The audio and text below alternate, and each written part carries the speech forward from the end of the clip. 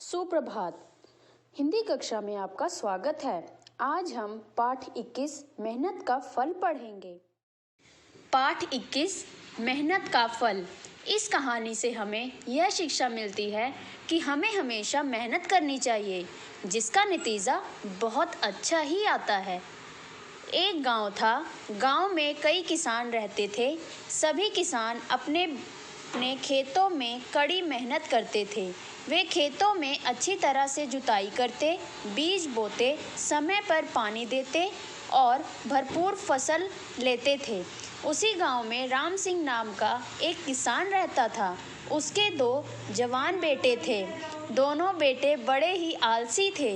वे खेतों में कोई भी काम करना नहीं चाहते थे। राम सिंह के कई खेत खाली रह जाते, उनमें कोई फसल नहीं होती। राम सिंह के पास हल चलाने के लिए बैल भी नहीं थे। उसके दोनों बेटे भरपेट खाते और सोते रहते। सोकर उठते तो फिर खाना मांगते। खाने की अच्छी अच्छी चीज़ों के लिए वे अपनी माँ से झगड़ा करते। नए नए कपड़ों के लिए अपने पिताजी से झगड़ते। राम सिंह अपने बेटों से बड़ा परेशान था। एक दिन गांव के मंदिर में एक महात्मा आए। महात्मा जी बातों बातों में ही लोगों की परेशानी दूर कर देते थे। एक दिन राम सिंह भी महात्मा जी के दर्शन के लिए गया। उसने अपने बेटों के आलसीपन की बात महात्मा जी को बताई। महात्मा जी ने राम सिंह से कहा, कल अपने बेटों को मेरे पास लाना। अगले दिन राम सिंह अपने दोनों बेटों के साथ महात्मा जी के पास गया। महात्मा जी ने उसके 2 बेटों को तरह तरह से समझाया और अंत में उनसे कहा, तुम्हारे नीम वाले खेत में खजाना गड़ा है।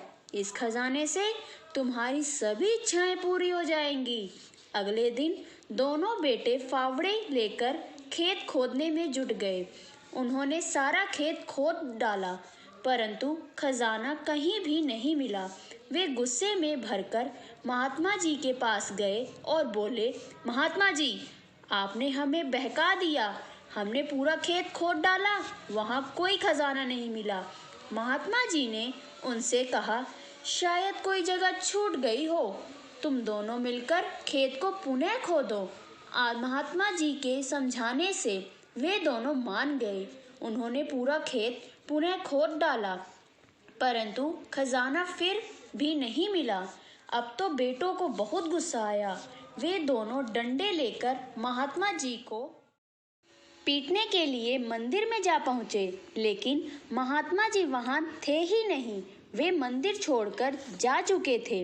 राम सिंह के दोनों बेटे बड़बड़ाते हुए घर लौट आए। बेटों का गुस्सा ठंडा होने पर राम सिंह ने कहा, अब यह खेत तो खुद ही गया है, चलो इसमें गेहूं बो देते हैं। किसी तरह वे मान गए। उन्होंने खेत में गेहूं बो दिए। उस साल वर्षा भी अच्छी हुई। राम सिंह के नीम वाले खेत में गेहूं की फसल लहलहा उठी। राम सिंह बड़ा खुश था। एक दिन घूमते घूमते महात्मा जी राम सिंह के खेत पर जा पहुंचे। राम सिंह अपने बेटों के साथ फसल काट रहा था। महात्मा जी को देखकर दोनों बेटों ने उन्हें घेर लिया और कहने लगे, आपने बेकार हमसे इतनी मेहनत करवाई। इस खेत में कोई खजाना नहीं गड़ा था। महात्मा जी ने गेहूं की बालियां दिखाते हुए कहा, यह क्या है? यही तो खजाना है। यदि तुम मेहनत करके खेत जोतोगे और बोओगे तो तुम्हें हर साल ऐसा ही खजाना मिलेगा। दोनों बेटों को महात्मा जी की बात समझ में आ गई। उन्होंने अपना आलसीपन छोड़ दिया और खेतों में कड़ी मेहनत करने लगे।